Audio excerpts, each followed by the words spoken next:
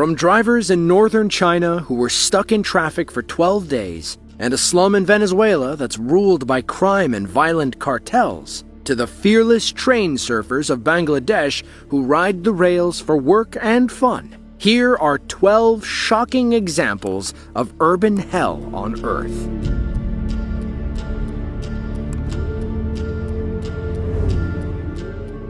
When it comes to housing, Hong Kong is by far the most expensive market on Earth. According to Time magazine, the average person would have to save over 23 years' worth of money to afford a modest apartment, and that's without spending a single penny on anything else. That's why 1 in 7 Hong Kongers live in poverty. Of them, roughly 220,000 reside in cage homes or coffin cubicles. The Hong Kong government uses softer language, referring to them as subdivided apartments. In the United States, the average prison cell is about 48 square feet, with enough room for the average prisoner to stand up comfortably. In Hong Kong, the average cage home is about 14 square feet. In other words, you could fit about 3.5 cage homes inside an average prison cell, each housing its own tenant who pays upwards of $200 per month.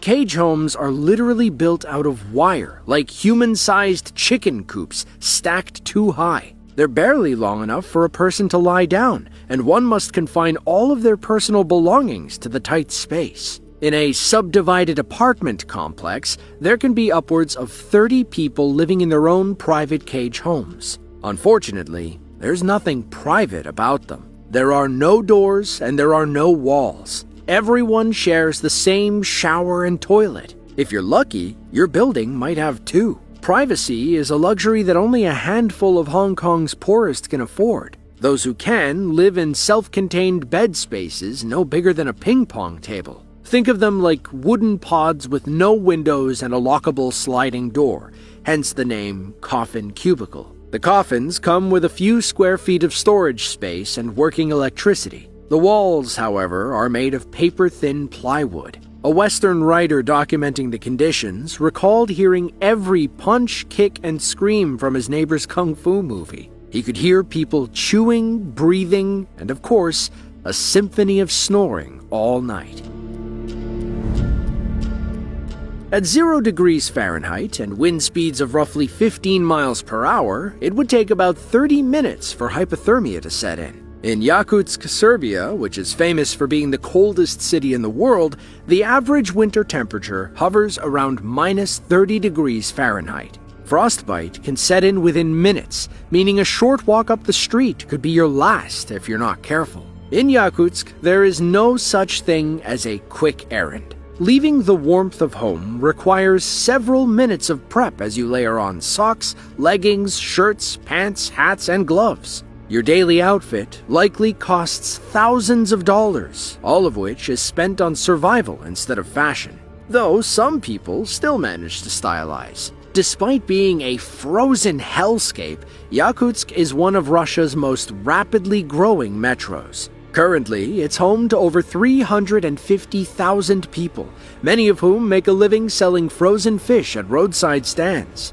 On the bright side, they don't have to worry about keeping their stocks cold. The cold hits you like 1,000 needles as soon as you step outside. You'll feel it in your lungs first, then the tip of your nose, followed by the rest of your uncovered face. Even with all those layers, the average person can only stand to be outside for 10 to 15 minutes. Thankfully, Yakutsk has several heated bus stops every few blocks, and buildings and businesses will always let people duck inside to warm up. So if minus 30 is an average winter day, how cold can it get in Yakutsk? According to a CNN report, the city plunged to minus 80 degrees Fahrenheit in January of 2023. That's the coldest it had been in over 2 decades, and came on the heels of a minus 58-degree cold snap 2 days prior. Anywhere else in the world, such temperatures would trigger a state of emergency and an order to shelter in place. But in Yakutsk, the cold is a way of life. The only way you're getting a snow day is if the temperature drops below minus 67 degrees Fahrenheit. That's cold enough to freeze liquid mercury. So if the thermostat is stuck, that might be why. But if Yakutsk, Serbia is the coldest city on Earth, which is the hottest? Technically, the title has bounced around over the past several decades. It changes hands every few years, but always remains within the same region. Welcome to the Oven Window, a literal urban hell on Earth. It's a thin line linking 5 cities between Iraq, Iran, and the Arabian Peninsula, where temperatures regularly exceed 120 degrees Fahrenheit. The window is located along the Tropic of Cancer, where the sun seemingly hovers right over your head. As expected, the area receives intense direct sunlight year-round. Heat radiates off the Persian Gulf and seeps into the desert sands surrounding each city. The reigning heat champion is the city of Basra, Iraq, the country's 3rd largest city with a population of roughly 2.5 million. On a single day in 2025, temperatures reached 129 degrees Fahrenheit. That's almost hot enough to cook an egg on the sidewalk. So, if given the choice, would you rather live in the coldest city on Earth or the hottest? Let us know in the comments. Bangladesh is a small country of 171 million people in South Asia. To move around, most of them rely on 2,200 miles of railroad tracks. That might sound like a lot, but it isn't nearly enough to service all the daily riders. For comparison, France, a country of roughly 69 million people, has over 18,000 miles of railway tracks. That's why you don't see images like these coming out of Paris. Train surfing in Bangladesh is a way of life for some people. It's fun, free, and the only option when there's no room inside the cars. And there's never any room inside. Most people do it for work, riding the tops of trains over 30 miles to the next city. They learn how to balance with the shaking while gracefully ducking to avoid branches and low-hanging wires. Some people are so accustomed to it that they can even nap atop the train.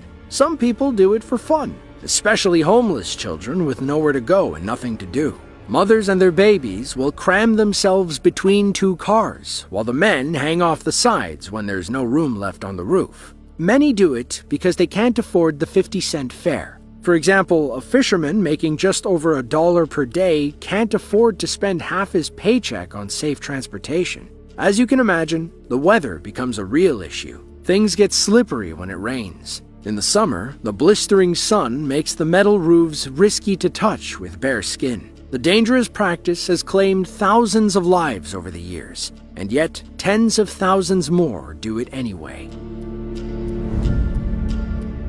When we hear the word favela, most people think of Brazil and cities like Sao Paulo and Rio de Janeiro. And while both are home to some of the largest favela populations in Latin America, they aren't the only places where these tightly packed urban centers pop up. The term favela has been in use since the late 19th century, when 20,000 soldiers returning from victory in the Canudos War wrongly believed that their government would provide them with housing. They got nothing and were forced to settle in the hilly region of modern-day Morro da Providencia. Back then, they called it Morro da Favela, or Favela Hill, in honor of the favela plant that grew in abundance on the hills they settled on. Left to their own devices, the soldiers built small shacks on Favela Hill, one on top of the other. There were about 100 shacks at the turn of the century. That number exploded to 800 by the 1920s, and then doubled by 1933. Over the next few decades, the rural exodus and the lack of affordable housing in urban centers spurred the creation of hundreds of such settlements across Brazil. According to the latest census data, roughly 16.4 million people across Brazil live in favelas. That's 8% of the country's population. In Argentina, they're called Villas Miserias, or Village of Misery. In Chile, they're called Población Cayampa, or mushroom populations, in reference to the way cayampas, or mushrooms, reproduce rapidly in damp environments with little light. Those living in these communities typically lack access to safe water and sanitation. Education is extremely limited, and jobs that pay more than poverty wages are rare, if they even exist at all. Among the worst is Petare, Venezuela, known for being the most dangerous slum in the world. It's also the largest in all of North and South America, depending on which population figures you look at. Rough census estimates put the population between 360,000 and 450,000. On the high and low ends, that'd be like cramming the populations of Oakland or New Orleans into a single neighborhood. Petare is basically a city within a city. Located on the eastern outskirts of Caracas, the capital of Venezuela, the slum rarely benefits from the city's public services. In turn, gangs and cartels have assumed control of the area, using every square inch to fund their illicit and often deadly businesses. According to the UN, Venezuela has the 5th highest homicide rate on Earth. In 2015, Caracas itself earned the title of world's most violent city. Most of this is due to the economic crisis Venezuela has been dealing with since 2013. Those most heavily impacted are the people of Petare. It's home to dozens, if not hundreds, of organized criminal gangs, all vying for territory. The largest of these groups is the Wilexis gang, which, until 2025, was headed by Wilexis Monasterios, the most wanted man in Venezuela. While he was taken out during a confrontation with authorities, his gang still maintains a vice grip on the city. And while the gang members get whatever they want through violence, the innocent people of Petare scrape by with next to nothing. Water and electricity aren't guaranteed. Sometimes people will go 10 to 15 days without it. What is the longest you've ever had to wait in traffic? An hour? A few hours? 6 hours? In the United States, the longest traffic jam in history occurred in 2005 between Galveston and Dallas, Texas, when 2.5 million people sat in over 100 miles of gridlock as they evacuated before Hurricane Rita. According to reports, some people were stuck for over 2 days. But that is nothing compared to the longest traffic jam of all time, which occurred on National Highway 110 in northern China. Spanning from Beijing to Qingtangsha, the 680-mile road is among the busiest on Earth. In August of 2010, it was home to a 60-mile backup that lasted 12 days. Imagine being stuck in traffic for almost 2 weeks. To understand how it happened, you first need to understand China's recent history. The country's population exploded after World War II. More people means more energy, and most of that energy comes from coal. Much of that coal comes from Inner Mongolia, and due to a lack of working cargo trains, the only way to ship that coal to places like Beijing is via Highway 110. Decades of wear and tear from heavy coal trucks caused the road to deteriorate. So, on August 9th of 2010, the country decided to fix it. Unfortunately, they didn't consider how impromptu road work might affect one of the world's busiest roads. At the time of the jam, traffic on the 110 was 60% above the road's design capacity. Meanwhile, the road work reduced 110's capacity by 50%. That 110% swing basically brought everything to a 12-day standstill, with some cars moving as little as 0.6 miles per day. Stranded drivers passed time sleeping, walking, or playing cards with other people. They quickly became a captive market, and it wasn't long before people on bikes began charging insane prices for water and noodle cups. It's more expensive than eating in a restaurant, one trapped driver said. It ended the same way most traffic jams do. After 12 days of inching forward, cars began moving freely again, with drivers rolling their eyes as they passed signs reading "road work ahead." For the people of New Delhi, the capital of India, it's the same song and dance each year. Every November, as temperatures drop and skies darken, a choking haze descends. 30 million people are forced to spend the next 4 months breathing the world's most toxic air as it settles over the world's most polluted city. They live with sore throats, respiratory problems, and severe headaches. Overexposure can and will lead to long-term risks of heart disease and cancer.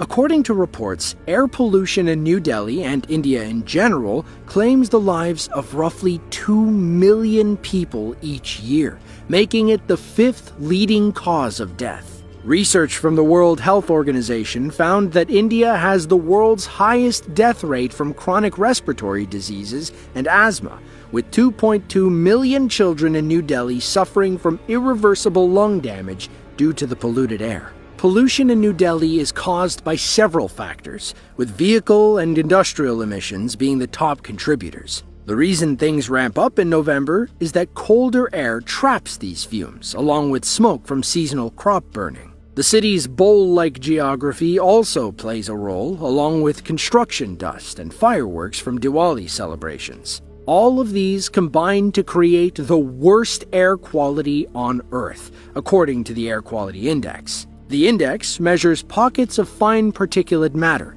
including the kind that can penetrate deep into the lungs and bloodstream. As a baseline, New York rarely exceeds an AQI of 50, which the EPA considers safe. In New Delhi, an average December day hovers around 349, which is as bad as you can get by US standards. Some neighborhoods show readings upwards of 1,800. Despite hosting the 3 most polluted cities on Earth, the Indian government doesn't appear to care. In December of 2025, a senior environment minister told the Indian parliament that there was no conclusive data establishing a direct link between high pollution and lung disease. In turn, the government cut pollution control spending by 16%. All of India's politicians are old men, said one local writer. They know the pollution is affecting them, but they don't have the guts to solve it.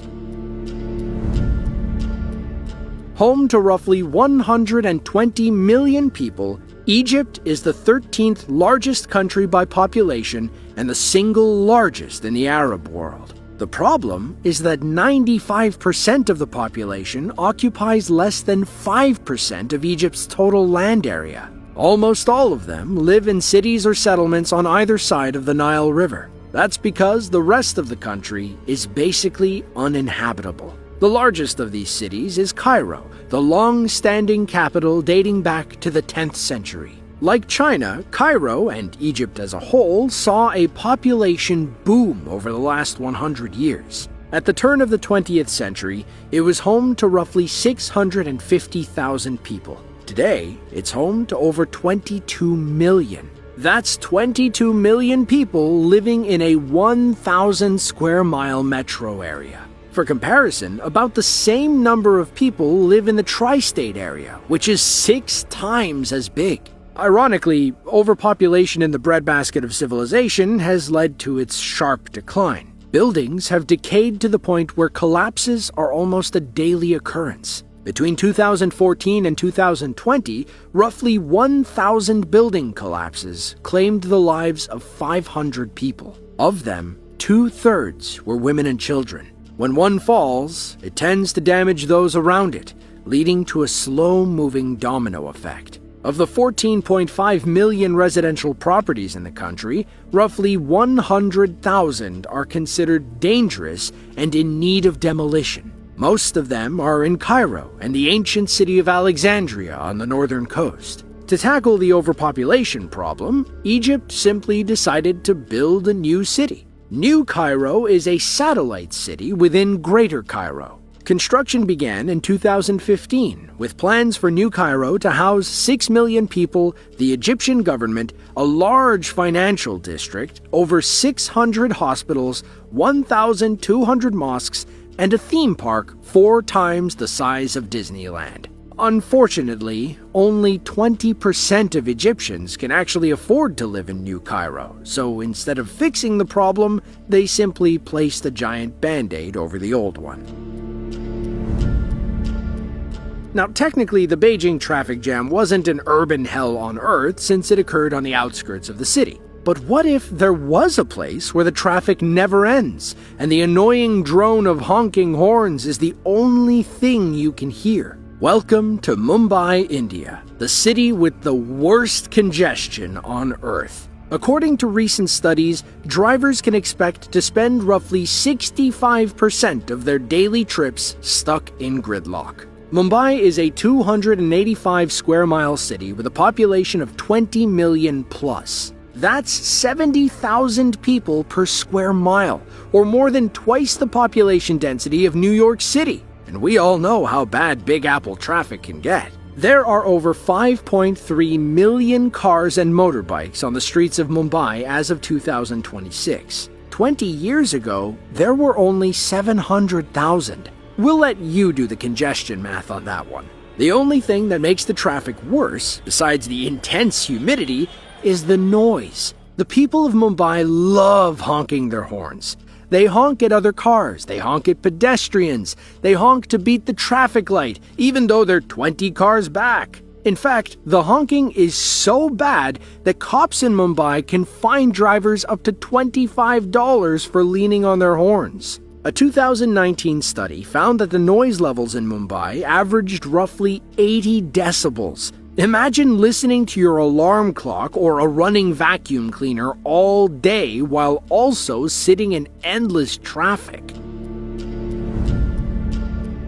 Have you ever had that sinking feeling? The feeling that no matter what you do, something bad is going to happen? The people of Jakarta, Indonesia get that feeling all the time. Literally. That's because 10 million of them are living in the world's fastest sinking city. According to National Geographic, some parts of the city are sinking into the sea upwards of 11 inches per year. As of 2026, 40% of the city is technically below sea level. Some models show that 95% of North Jakarta will be completely underwater by 2050, affecting 1.8 million people, or about a fifth of the city's population. The Indonesian capital sits on swampy land, with 13 rivers running through it and the Java Sea to its north. Flooding is extremely common, especially in the rainy season. But despite all this surface water, the people of Jakarta rely on aquifers deep underground to pump clean water to the surface.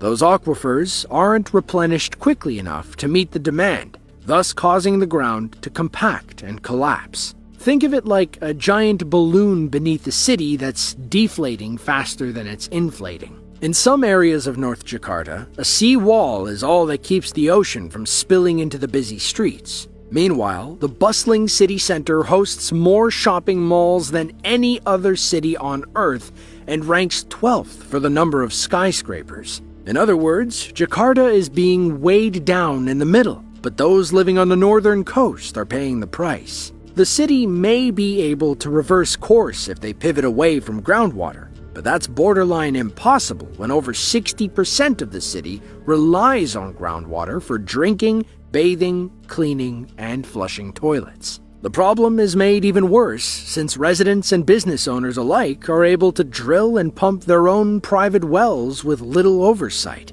In 2018, city inspectors in Jalan Tamrin, a district dotted with shopping malls, hotels, and skyscrapers, discovered that 33 buildings were pumping groundwater illegally. There's no telling how much they took, how long they'd been doing it, or how much they contributed to the fastest sinking city on Earth. Looks aren't supposed to matter, but try telling that to the people of Charleroi, Belgium, famous for being the world's ugliest city. Thankfully, it has to do with infrastructure, not the people. Not long ago, Charleroi was the beating heart of Belgium's coal industry. Between 1830 and World War II, it supplied the country with everything it needed to become a thriving nation after gaining independence from England. In fact, the region was so heavily industrialized that it was nicknamed Le Pays Noir, or the Black Country. Then, in the 1950s, oil became the dominant fuel source. Coal fortunes fell rapidly. The plants scaled down and eventually closed, leaving thousands of workers without jobs. Factories fell into ruin, and the surrounding buildings and businesses closed their doors and boarded up their windows. Crime rates rose, and according to recent figures, Charleroi unemployment rate sits around 20% compared to the rest of Belgium, which hovers around 6%. The city earned its new nickname in 2009, when readers of the Dutch newspaper De Volkskrant dubbed Charleroi the ugliest city in the universe. And while that is extremely embarrassing, the moniker proved an ironic twist. All of a sudden, tourists wanted to see how ugly Charleroi really was. Tour companies began springing up, offering guided walks through the abandoned factories and apartment buildings. For a while, you could visit the lair of Marc Dutroux, one of Belgium's most notorious criminals. However, the local government decided to tear the home down in 2023, as there are some scars that even the world's ugliest city would rather not bear. If you enjoyed this video and want to see more just like it, be sure to click the link on screen now. With that, thank you all for watching, and we hope to see you in the next one.